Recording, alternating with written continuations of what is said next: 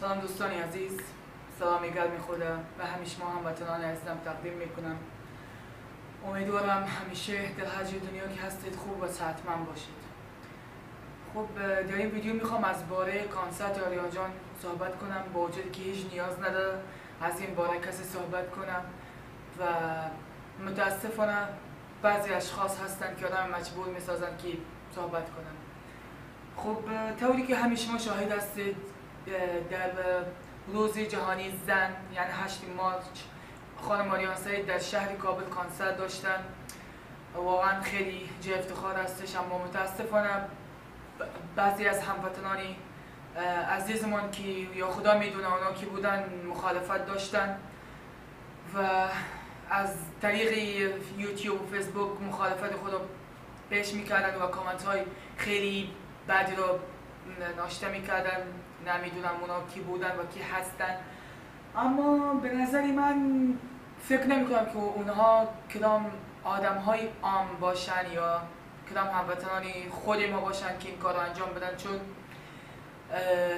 این فقط کار دشمنان ما هستن، کسانی که با نفع دشمنان ما کار میکنن و از اونها پول میگیرن تا بین ما ملت افغانستان جنگ و خلاف بندازن.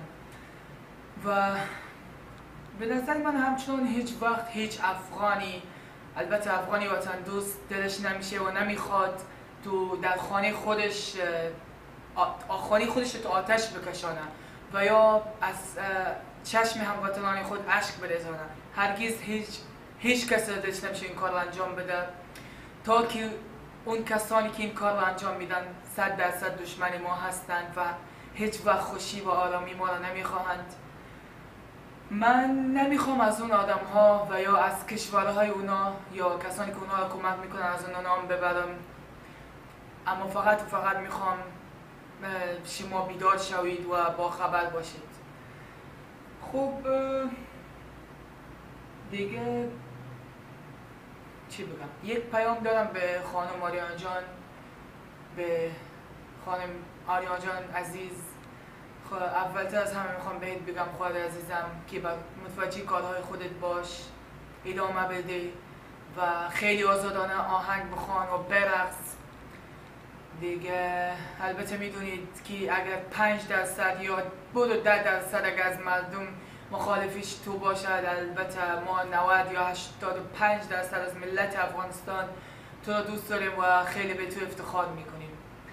خب کسانی که از ننگ صحبت میکنن یا کسانی که از اسلام و از دین صحبت میکنن نباید این قسم چیزها رو به دین بکشانن، چون دین اسلام که از خیلی یک دینی آزاد هست و هر کسی میتوند آهنگ بخونه، برقصه یا هر قسمی که بگوشد، اما دین به همین ها هیچ وقت هیچ تعلق نداره. ما میتونیم آزادانه زندگی کنیم اما با همچنان با دین خود ما باشیم. نیاز ندارد که آدم بگه این دین ما نیست یا این فرهنگ ما نیست.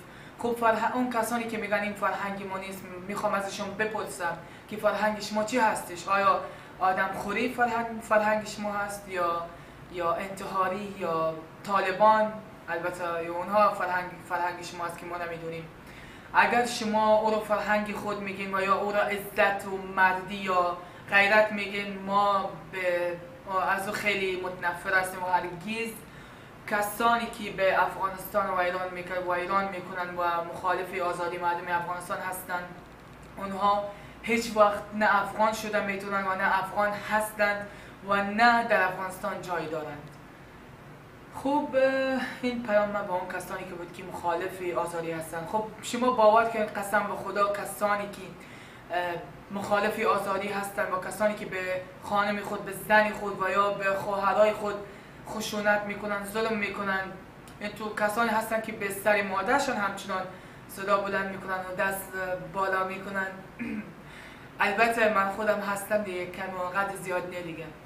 باز کسانی که این کار رو انجام میدن هرگز تو خونه اونا در خانهشون خوشی و خندان نمیاد. به خدا شما باور کنین آزادی یک زن، آزادی یک ملت است، آزادی یک کشور همچنان.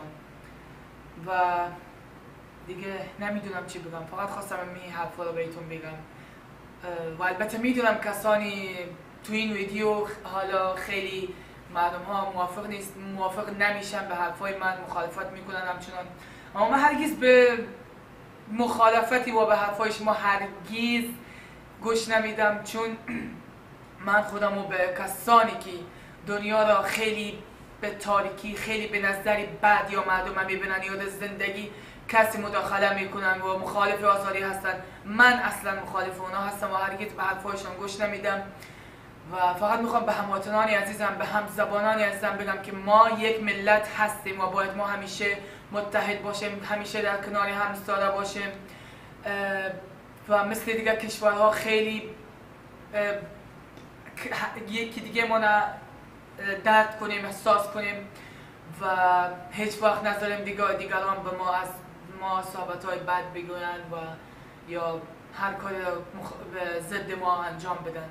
اگر ما متحد باشیم، ما هممون دست به دست مانده میتونیم خیلی جایهای دور بلند زیاد بریم.